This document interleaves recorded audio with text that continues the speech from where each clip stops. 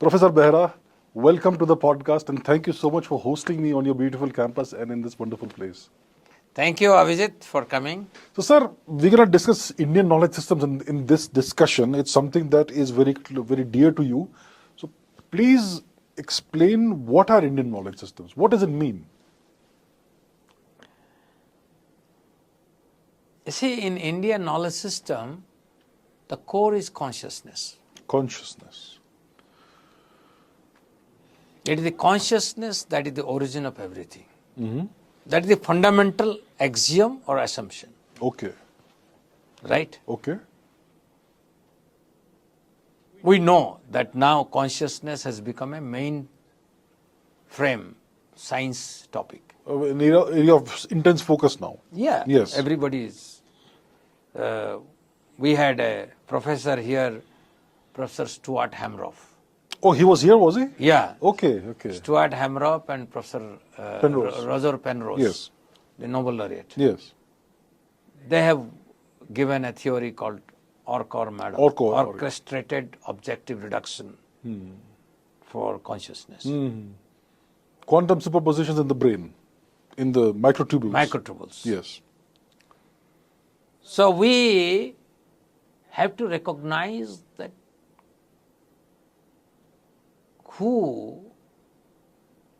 what is the better source than Indian knowledge system to get ideas about consciousness? This is our forte. Indeed. Indians from time beginning are expert not only on introspecting consciousness, internalizing consciousness, and performing welfare activity for the world on the strength of the consciousness, because consciousness is naturally compassionate, empathetic, merciful. Okay. The whole world is crying for peace, yes or no? It is, indeed. There's strife everywhere. So much of violence. Yes. Russia, Ukraine. Ukraine war. Can you imagine that not a single family in Russia whose relatives are not there in Ukraine? Oh, they are all interconnected. And they are vice versa. Yes, yes. They are fighting a gruesome war. Right? Yes. So basically, if we talk of science, but we don't talk of consciousness, I think there is fundamentally some problem there, some mistake is there. Just to let you know what science is doing. Science is studying data. Yes. If you look at the beginning of the science, it is Tycho Brahe who collected those astronomical data. Where did he get it from, I wonder? And then, you see, those data were looked at by Kepler. And further, Galileo. Sir Isaac Newton, Yeah. he made it to law of universal gravitation. But what are these data? These data are your experience. In parlance with Indian knowledge system, every data is an experience. Okay. There is nothing beyond experience. Okay. So we are studying data, we are manipulating data. What is AI? It's number crunching, machine learning algorithms. All the data that are there. Yeah, the sum total of whatever data. So it is manipulating, Yes, right? Yes. Now the question here is, we are looking at data means we are looking at the experience. But where is the experience, sir? That's a big question, isn't it? Yes. That means we have denied the existence of experience, sir. And then we are talking about the experience. Are you able to see the weak foundation of this premise. Such a weak foundation. That means I'm neglecting the experiencer. And I just want to talk about the experience. The experience only. And this is what Indian seers didn't do it.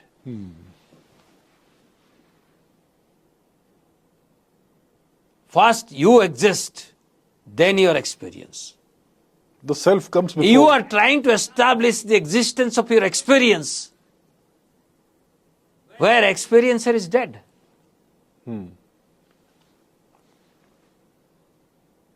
Yes. This is the biggest fallacy. This is the biggest fallacy. That I am talking about the experience, neglecting the experiencer. Whereas, in Indian knowledge system,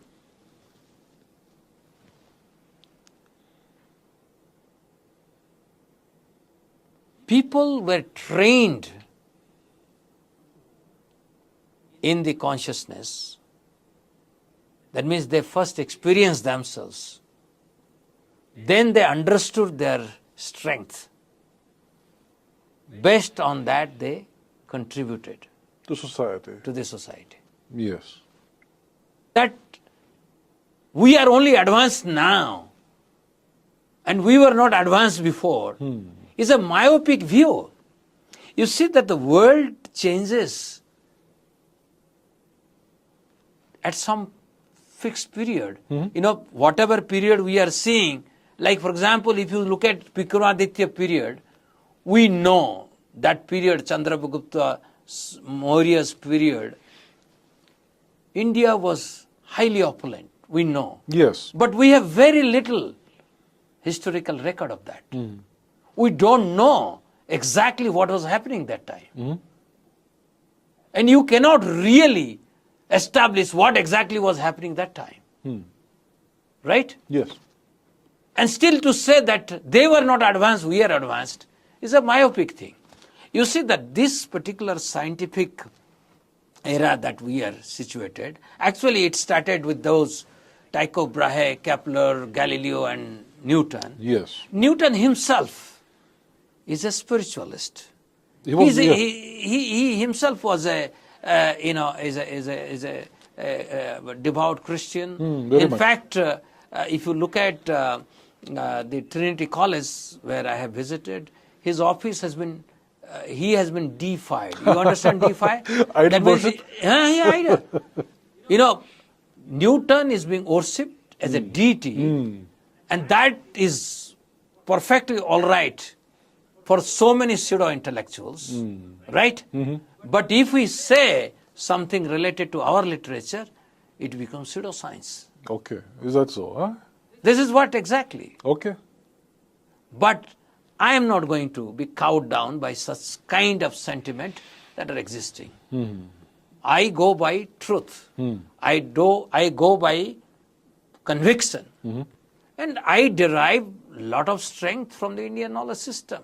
Should I hide about it? No. Why should And I know that this knowledge system can contribute tremendously, not only to agriculture, health science, and environment. These three things are of the need of the hour. If we really want to protect the world now, Yes. agriculture, particularly natural farming, healthcare, again, I would go just like Chinese protected or preserved their Chinese medicine. Yes. We must in India preserve and protect Ayurveda and develop. Absolutely. And then third is environment. We believed in harmony among all species. We believed hills, rivers, all species from birds to aquatics, to animals to humans. We have to live in harmonious way. Yes. Not killing each other, not destroying each other, not exploiting each other. Exploiting. Huh? Yes. So these are our Indian knowledge system values. Where are they now? We've kind of lost touch with that. So when you are asking me about Indian knowledge system, you see, we have to recognize that within science, we have no idea of cognitive matter. Forget about consciousness or pure cognition. Cognitive matter. Matter. Okay. So you see, this is matter. This is matter. You understand? Yes. This table, Yes. this chair, they are matter. Yes. You hit them, they don't react. Yes. Right? You hit them hard, they may break, but still they won't react. They won't react, Right? But this body is also matter. but it reacts. It reacts. So this is cognitive matter. This is cognitive matter. Living body are cognitive matter. Okay. Whether it is plant, whether it is aquatic, whether it is bird, whether it is human. These are all the bodies. The bodies are cognitive matter. But the principle that animates all these bodies, according to Indian knowledge system, is pure cognition. Okay. That is a different kind of energy that are cognitive energy Okay. or semantic energy.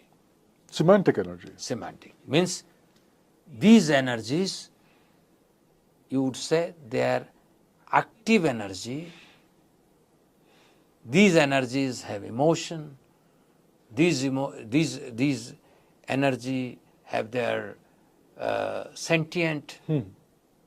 They have ability to feel, will, desire. Okay? Those things are not there. So what is the origin or source of this energy? Then we have to go to Vedanta. Okay. Okay? So that is kind of a theological notion, Okay, okay. because in theological perspective, certain things you cannot empirically study.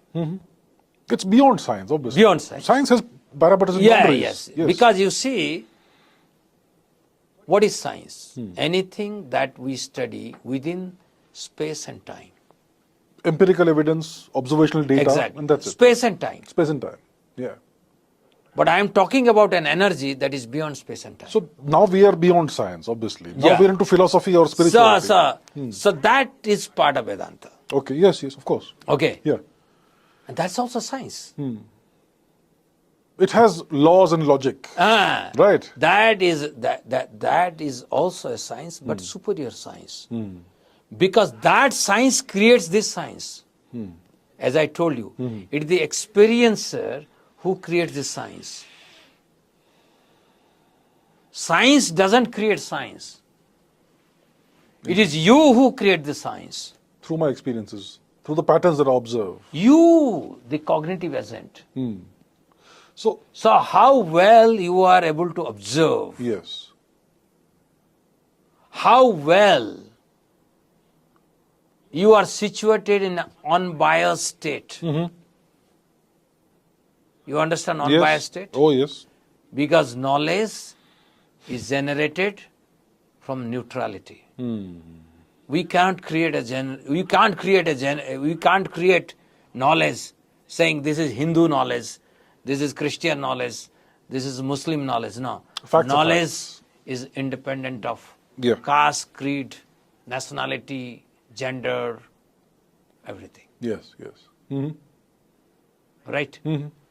So when we are talking about knowledge, who creating? Is the cognitive agent. The pure cognitive agent embodied within the cognitive matter, observes the matter and generates the science. The self is embedded within the cognitive matter. Cognitive matter. And the self experiences. Experiences. And through the experience generates data Exactly. and Exactly. knowledge. Exactly. So why Vedanta is a science? Because those who experienced this self, they exhibited the traits such as compassion, empathy, mercifulness, feeling others' suffering and doing things to alleviate those suffering. Right? Yes. We have seen that. Many examples. So Indian knowledge system that we are doing at IIT Mandi is about empiric science. Of course. It has nothing to do with Theology, or that. Okay. But we still have to have that spiritual ambience. Because you cannot decipher Indian knowledge system without that spiritual ambience. The context, the connection has to be there. Yes. Otherwise you can't decipher it. Otherwise, you just deconstructing things like the West does. Yes. Yes. That means you will be reducing things. Yes, reductivist approach. So that would be there. Yes. Now you see, Christoph Koch. Christoph Koch is a co-researcher of Crick who got the Nobel Prize. Oh, you mean the DNA? Yes, Yes. exactly. Okay. This Christoph Koch, if you see his earlier videos in his interview, he would say that mind is an emergence of brain. So, consciousness emerges, is an emergent property of matter. Right. Okay, that's what he's saying. Okay. So mind is emerging. From the matter, the brain. Emergence. Okay. Right. But now you see his recent videos, Okay. he would say, no, based on more data that I'm getting, I have to accept that mind is a more fundamental matter than the matter that we have understood. Okay. Okay. That means accepting mind a higher level of matter than the matter that we have The studied. physical matter that we've That we have studied. Okay. Right. Federico, he is the father of microprocessor. Okay. He has recently written a book. He is also advocating that we have to make a jump in science. Science is inadequate as of now to explain many phenomena. And Federico is giving many such phenomena, including phenomena like out-of-body experience and so many things, that they are real. We need to explain instead of saying they are hallucination.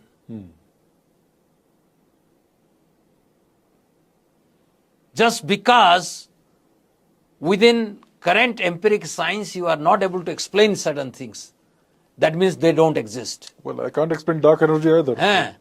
So basically, there are many Western researchers, they are coming forward. They are embracing the idea of Vedanta and they are ready to walk the mile. But here in India, we are saying, no. Indian knowledge system, Bad.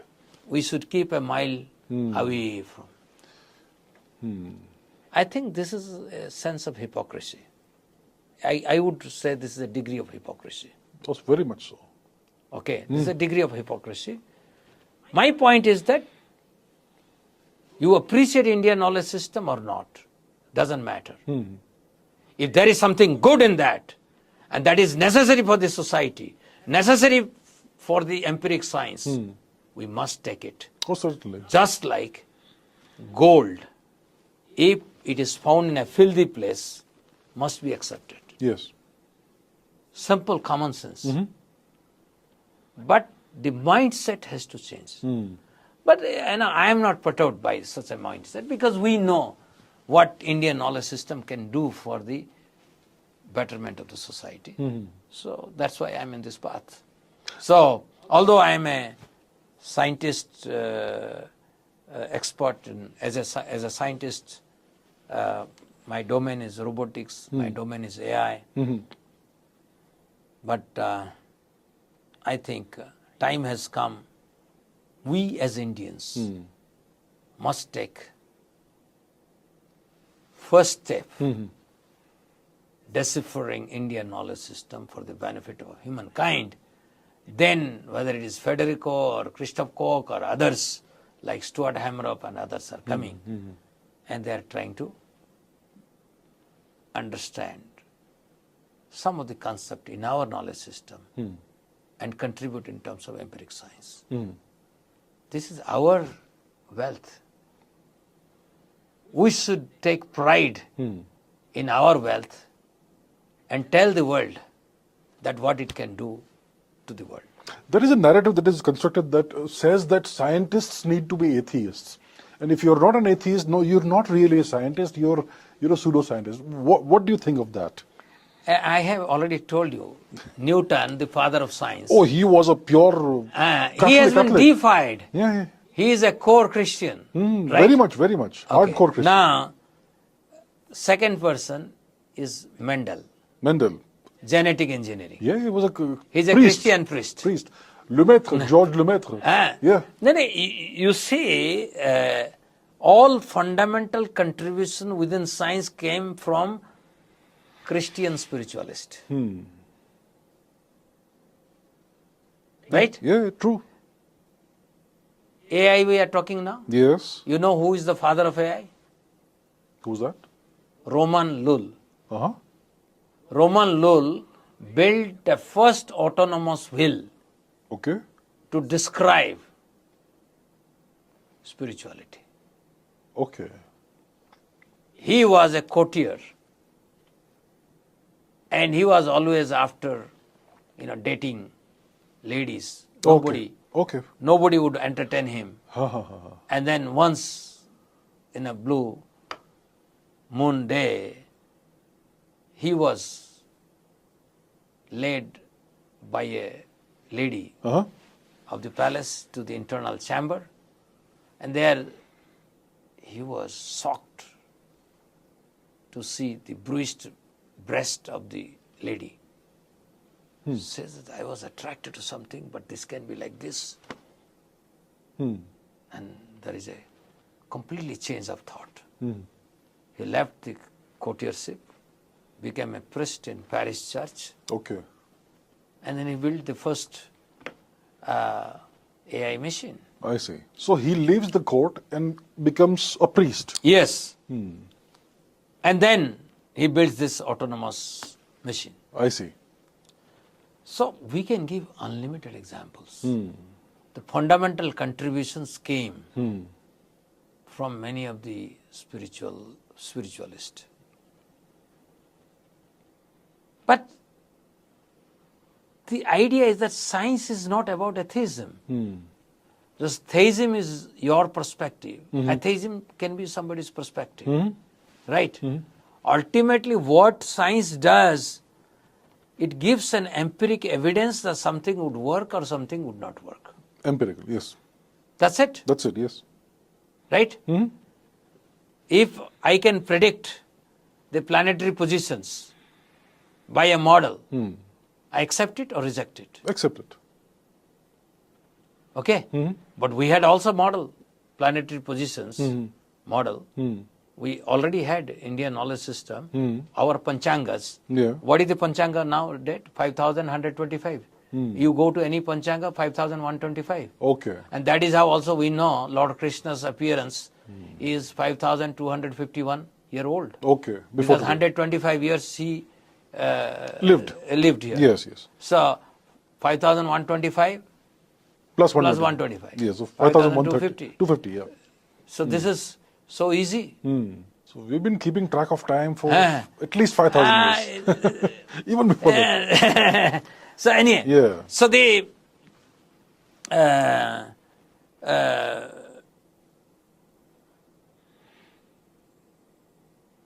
Indian knowledge system has given freedom to an atheist, to a theist, Yes. to an agnostics. You may be an atheist, but still you practice Ayurveda. Yes. Yes, of course. Correct? Yes. You are an atheist, you still practice natural farming. It's fine. Because an atheist understands the beauty of natural farming, beauty of Ayurveda.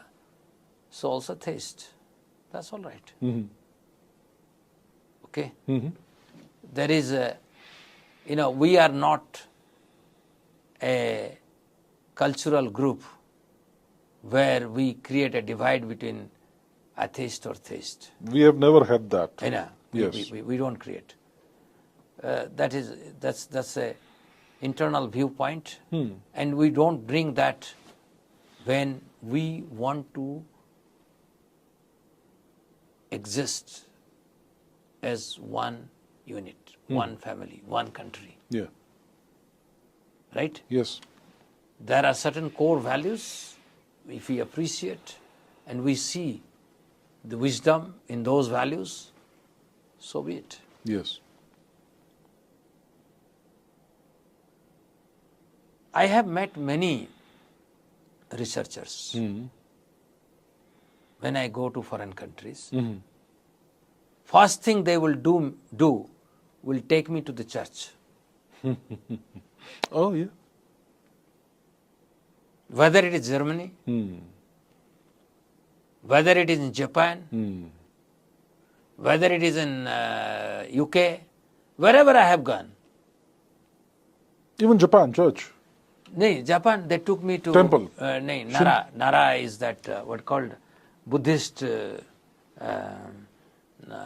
Buddhist temple. Vishnu. Buddhist temple. Yeah. Buddhist temples. Okay. So basically, if you have to look at the perspective, they may not believe in the church or they may not believe in the Buddhist temple. But it's their culture. Their culture. Find the connection, right? They feel the connection, yeah. They accept it. Yes, yes. They don't think that this is something, a threat for me. Yes. See, you are not a scientist, you are not able to accept the plurality. Indian knowledge system is that science that accepted the plurality. So, I think this kind of either we or my way or highway, I think these are not real scientific temperament. There is another narrative that says that everything in the past was backward, and as we go forward in time, we get more and more, we progress more and more. And then by interpolation backwards, in the past it was always a backward, more primitive time, and more primitive state of being. What is your perspective on that? Now, my point that, are we getting good food?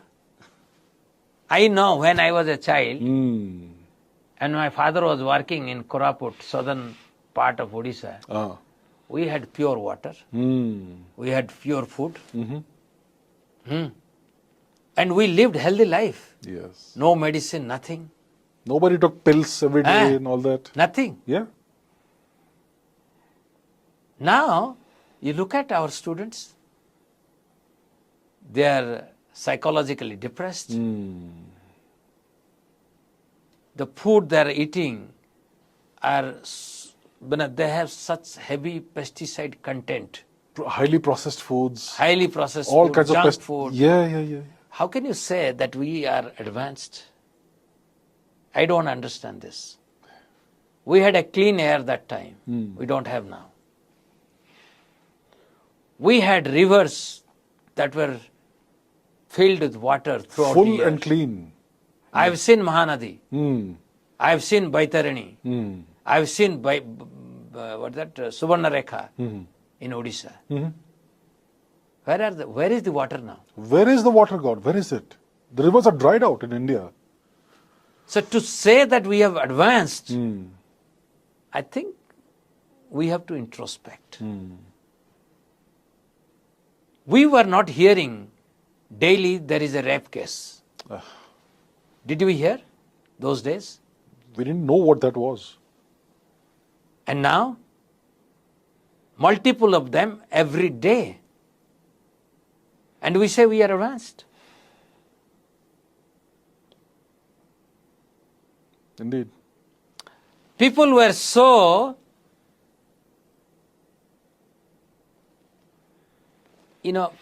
filial, in the sense inviting in our time. There was high trust, wasn't there? You see that my parents never feared where I was. Let me tell you. I was fourth standard. I'll be in jungles collecting mangoes in the summer. Sometime I'll go deep, very deep, right, with 2-3 friends, small friend. Neither my mother worried, nor my father thought of what is happening to my son. Yes. Right? But let me tell you, I lived in IIT Kanpur campus, but we were very much worried what my daughters are doing. True. It's true. Today, of today's world. That means so much of mistrust. No guarantee about safety. And still we say we are advanced. On what parameter?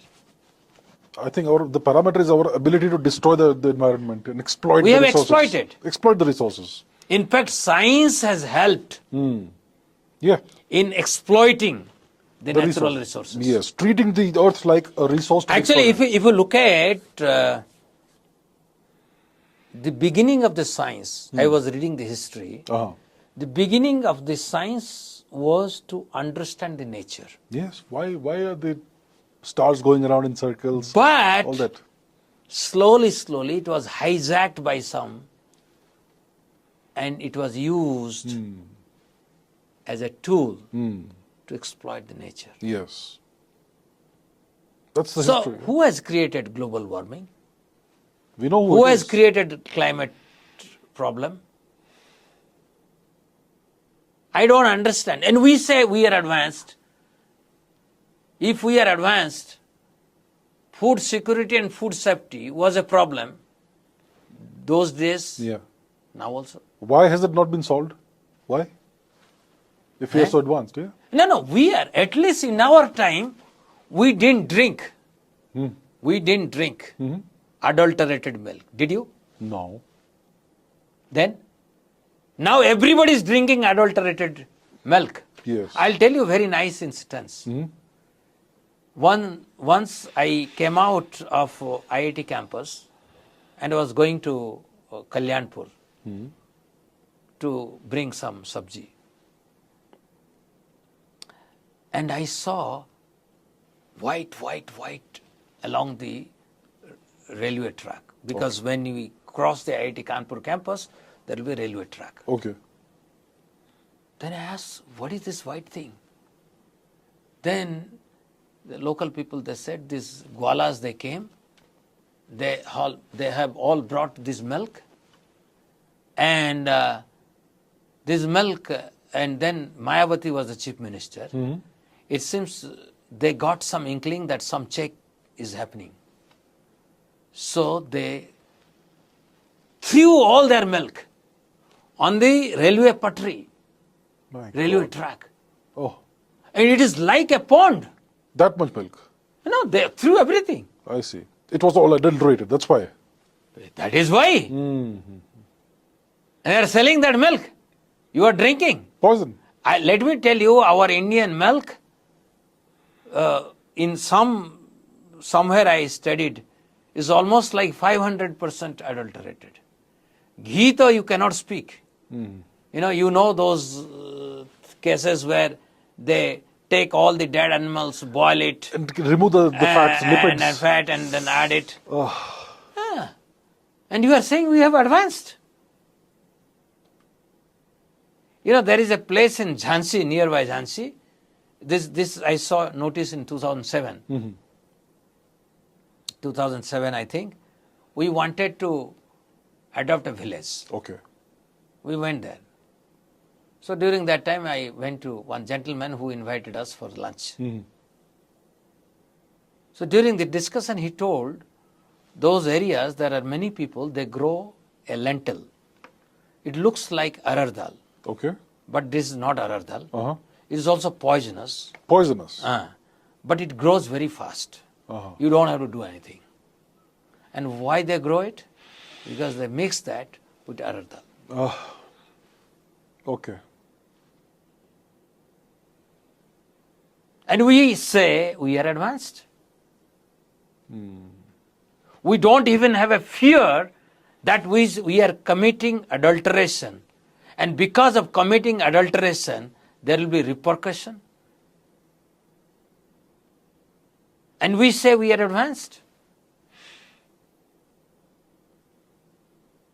I think we have to revisit the times, even, in 1977, I was in high school. That was my best time. That was my best time. I don't think, as far as pure environment is concerned, innocent environment is concerned, I don't think I would see it again. Unfortunately, yes. Yes. Those days are gone. I think we need to revisit the definition of what it means to be advanced. Advanced, correct. I don't think there's we have just that. because you have a car and you have a chopper for yourself, you are advanced. I do many philanthropic activities and hence I go for fundraising. Once I met a person in Greater Kailas too. When I visited his house, first thing he showed me his 4 cars. Right? Some, I don't remember all these brands, blah, blah, blah, blah, blah. And I said, why 4? He said, this my son uses, this my daughter-in-law uses, this my wife uses, this I use. Okay. Is this sign of advancement? We need to ask these people. Our seers told us, simple living, high thinking.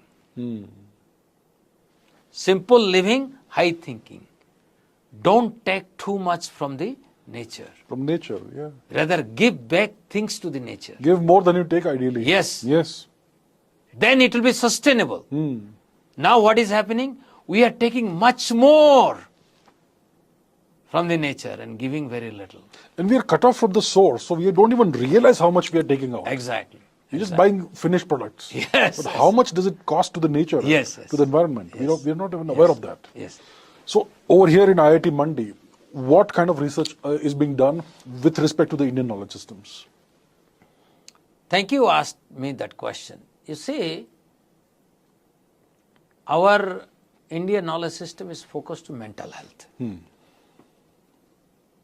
So mental health means, do you understand the mental aspect of our existence, emotional aspect of our existence,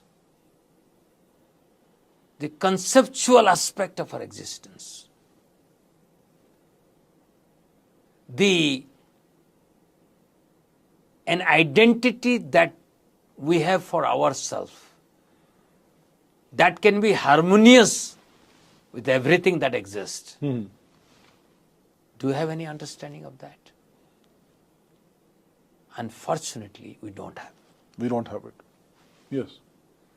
So the first research we are doing is that to understand, to holistically study mind, brain and consciousness. Okay. For example, one of our research which we are doing is biomarker of consciousness. Biomarkers, okay. Okay. Because consciousness is pervading throughout the body. I am aware of each and every part of my body. Yes. If you have headache, you say headache. You don't say stomach ache. If you have stomach ache, you say stomach ache. You don't say brain ache. You understand? Yes, yes. So this, so we want to understand what is the biomarker. So one of the studies that we are doing is that we have taken two plants. One is brinjal, the other is tomato. Okay. And then you know that for a plant, the roots are like heart. Roots are like brain. Everything happens from the root. And so there we apply anesthesia, both local and general anesthesia. The roots. In the roots. Okay. And under the microscope, we see what is happening during the anesthesia effect. What is happening to the cell. That's interesting. Okay. And we found that everything is dying, like mitochondria, ATP, many organelles that are dying. Organelles are dying out. Dying. What survived we saw, nucleus, and there is in the center of the nucleus there is chromatin, and this chromatin is coming to the periphery of the nucleus. Before anesthesia, these nucleus were randomly placed. Inside the cell. Inside the cell. Okay. All over the cell. Over There is not one cell. There are so many cells. Right? Okay. So every cell has one nucleus. Yes. So when I say many nucleus means, nuclei means all cells. We are looking at cross section. An ensemble of cells. Yeah. So there are so many things. So what we found out that these nucleus, under the effect of anesthesia, now they are organized. Organized. That means it appears they are communicating with each other. Synchronized. Communicating. Okay? Okay.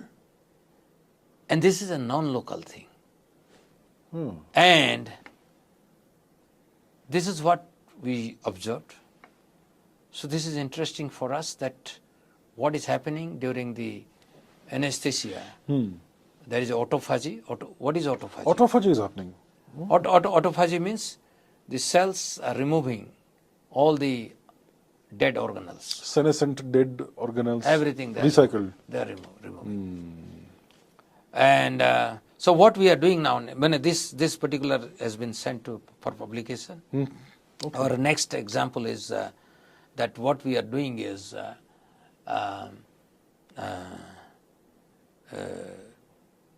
we are increasing the anesthesia. Dose. Yes. And then we would like to see, we would allow the cells also to die. Because what happens is that when anesthesia is gone, then regeneration happened. The mitochondria is regenerated, Organelles. the ATPs, all organelles, they were dead, they were regenerated. Yeah. We do not know the answer. What regenerates this? Okay, we don't know. We don't know. The mechanism. Okay. What regenerates? Okay. So we want to now do a test where you administer the anesthesia dose and you allow the even cells to die. Okay, will those be regenerated? At what condition regeneration will stop? At what condition regeneration will So that still kind of, with that? So that kind of defines the boundary between life and death. Yeah, exactly. So this kind of, see, when we do empiric studies, you can only study something. Yeah, you cannot. So this is one biomarkers, cognitive biomarker. That means you look at your EEG signal, HRB signal, and when you do a cognitive task, what are the cognitive biomarkers? So these are also being studied. Brain waves, all that? Brain waves. Okay. Brain wave, heart wave. Heart waves as well. According to Indian knowledge system, heart wave is more important than the brain wave. Okay. Is there a correlation? There, of course. Of course. It's a whole body. It's holistic. It's not holistic. No. This is not. And then you see that we are making a model of mind. You see, for example, you look at this plant, Yes. right? And if I tell you, you close your eyes and meditate the plant, you can see in closed eyes also. You can. Within, Yes. you can see the plant, right? And somebody disturbs you, right? So you lose the vision of the plant. Yes. But again, if you come back to your composure, you can again regain regenerate. that. Yes. That means mental objects are, you can destroy it and you can bring it back. Yes. They are reversible. By simple experiment. Yes. I just narrated you. Yes. So now, that time you had asked this question, I smell perception, right? There's a perception. What is perception? So we are creating a model of perception. Okay.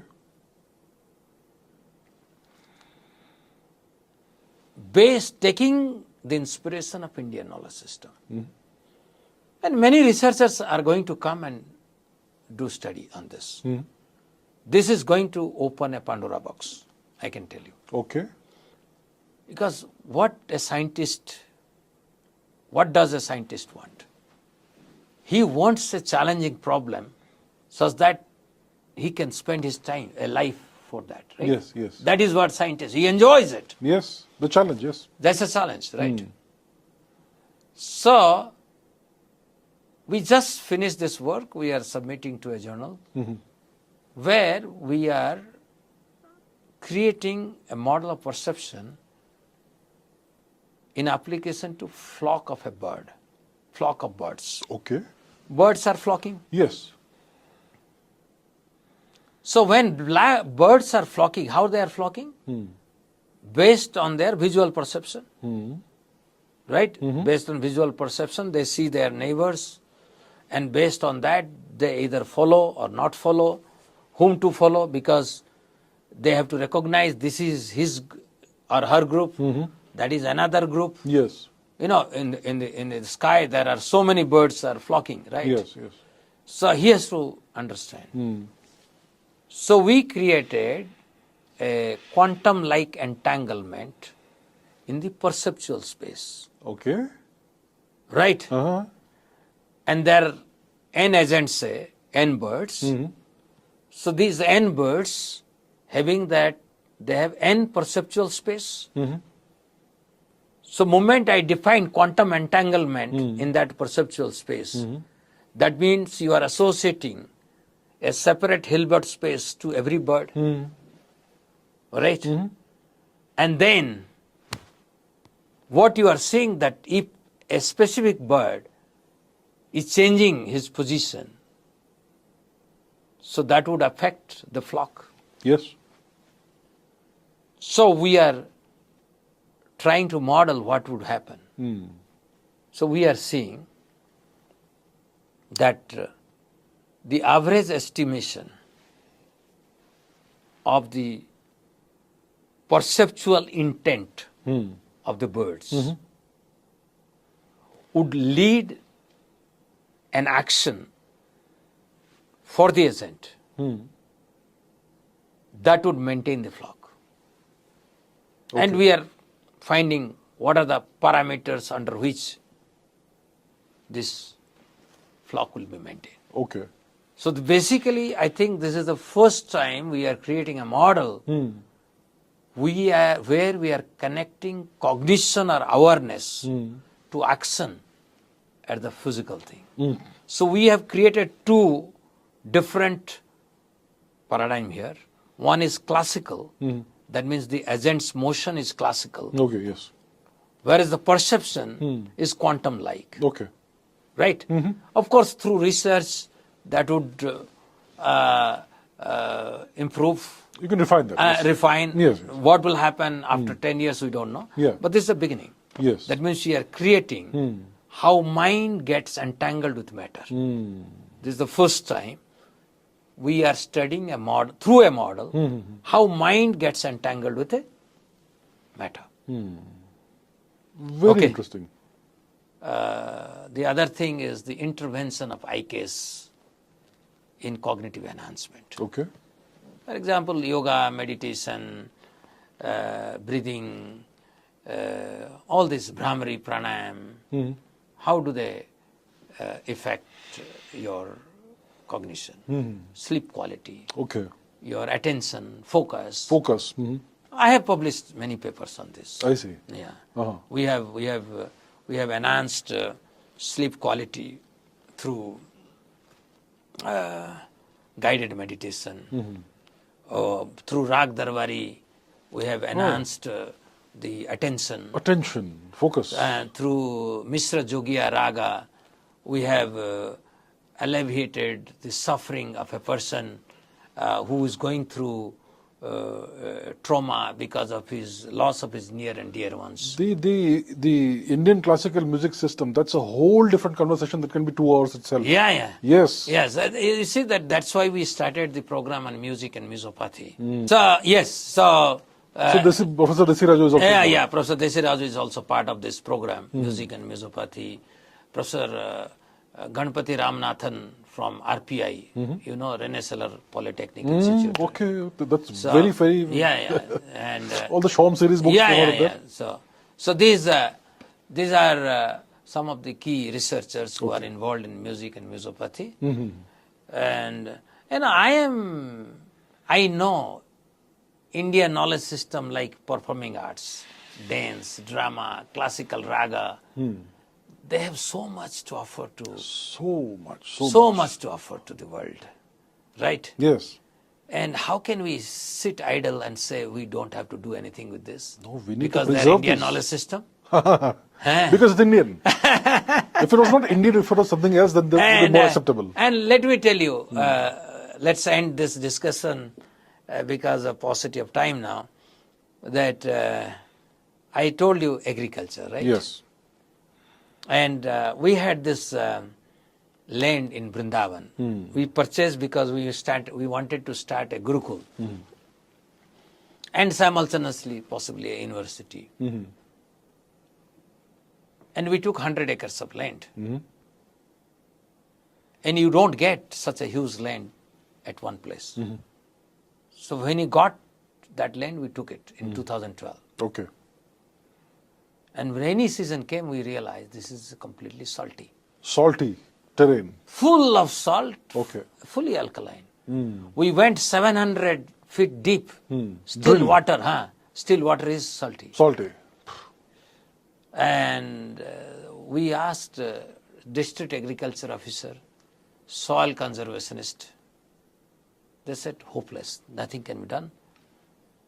Except the soil conservationist said that you put some gypsum. Gypsum, okay. But we have taken the land. So if they said no, nothing will help, we will not sit idle. I sent my colleague to Subhas Palekarji. He was having a camp in BHU. From there he learnt what is Jivamrita, Ghan Jivamrita. So what is meaning of that?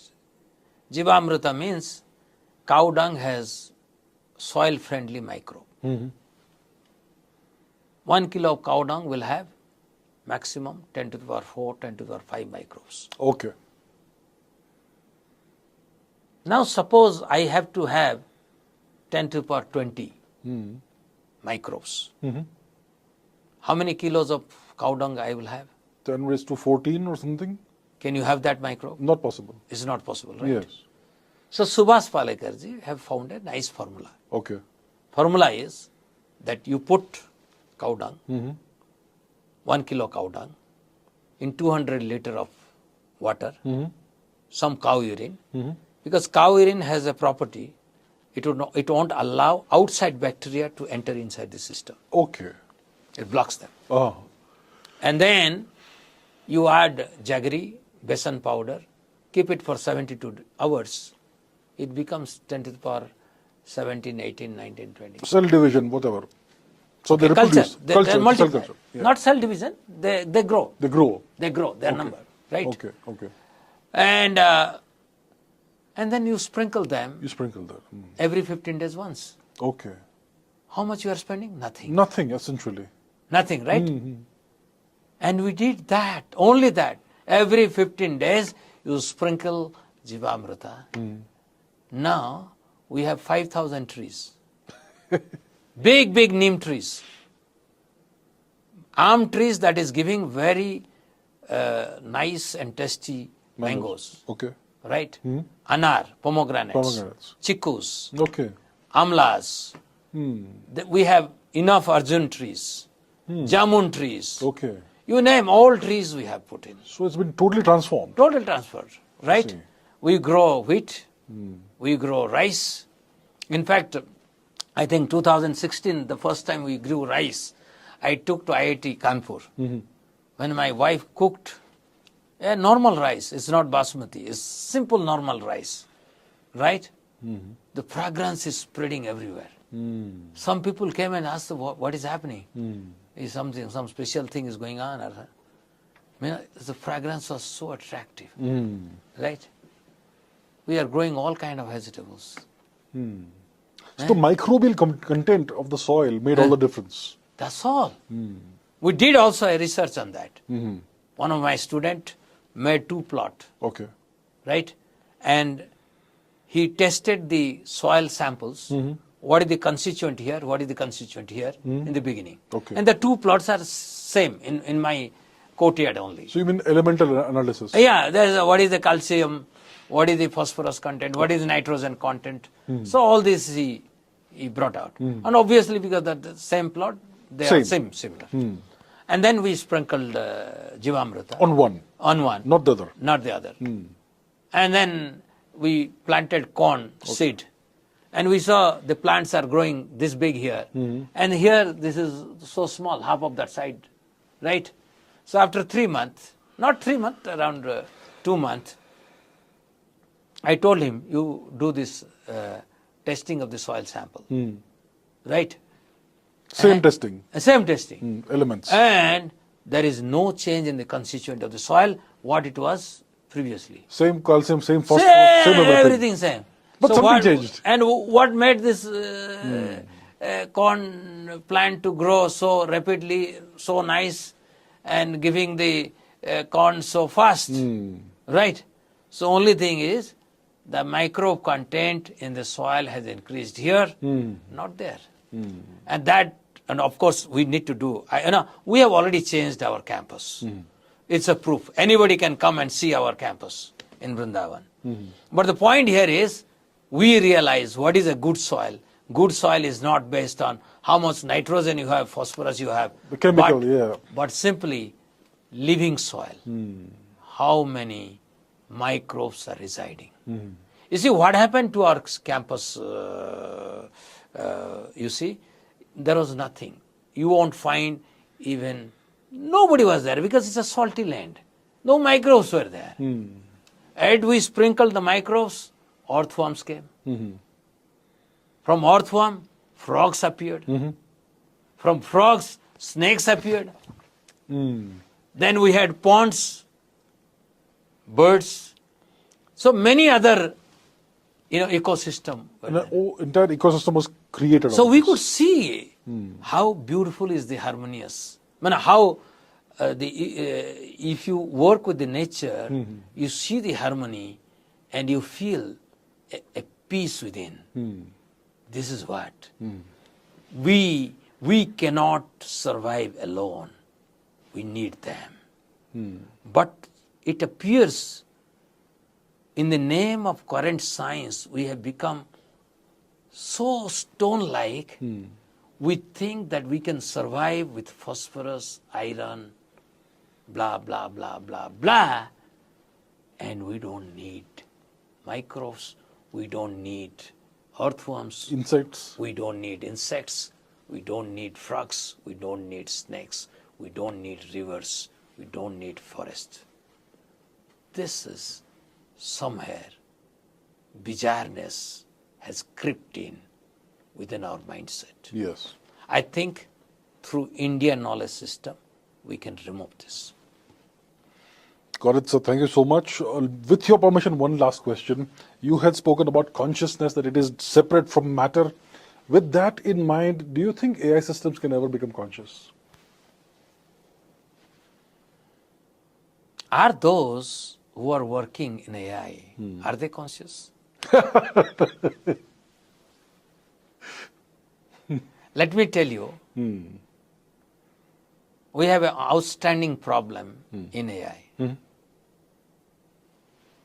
That the computer read a book. Let's say Resnick Holiday. Yeah. We used to read physics book, no? Oh, yes. Resnick Holiday. The best one. And at the end of chapter, there are questions, very tough, Yes, yes. right? So the problem is, the computer will read the text and would answer the question at the end of the chapter. Right? Yeah. Can AI do it? Probably not. It'll generate some output, but it could be gibberish. So question here is how it will do it. It will do provided somebody has put a solution somewhere in the data bank, the solution is there. Then it will be able to do that. Then similar problem it can solve. Otherwise it cannot solve. If you don't give this data, you tell the AI machine, you just study this book, conceptually understand, and answer the questions, AI will fail.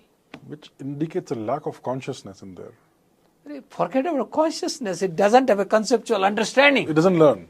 It doesn't have cognition. It's just a predictive machine. Yes, Yeah. it's data manipulation, huge computing power, huge AI architecture. That's all. Okay? And it has, but our conceptual understanding of inner cognitive processes is very poor. We are seemingly on a growth path in terms of AI solving this or solving that, but very little understanding about our inner self. Indeed. Okay? Yes. But I see another threat about current AI. That threat is the way it is being developed. Very few people will have monopoly. Very dangerous. This is exactly the danger about science. Science is entering to the hand of few capitalists. Yeah. Who will control everything with that. That is what is happening. Yes. The boss, and then you hire people, pay them, and generate whatever you like. Okay? Yes. This is not a good way to have science. Indeed. Indeed. That's why it's important that it's over here. Take the lead also. Exactly. Yes. Science simply is not meant to understand only matter. Science also meant to understand self. Science also meant to be to create a harmonious society. If science is not all inclusive, it cannot be science. Agreed, sir. Indeed. Yes. Well, thank you so much, Professor, once again for a fascinating conversation. I could take this another 2 hours. We could talk, but thank you so Sometime much. later. Yes, sir. Indeed. Thank you.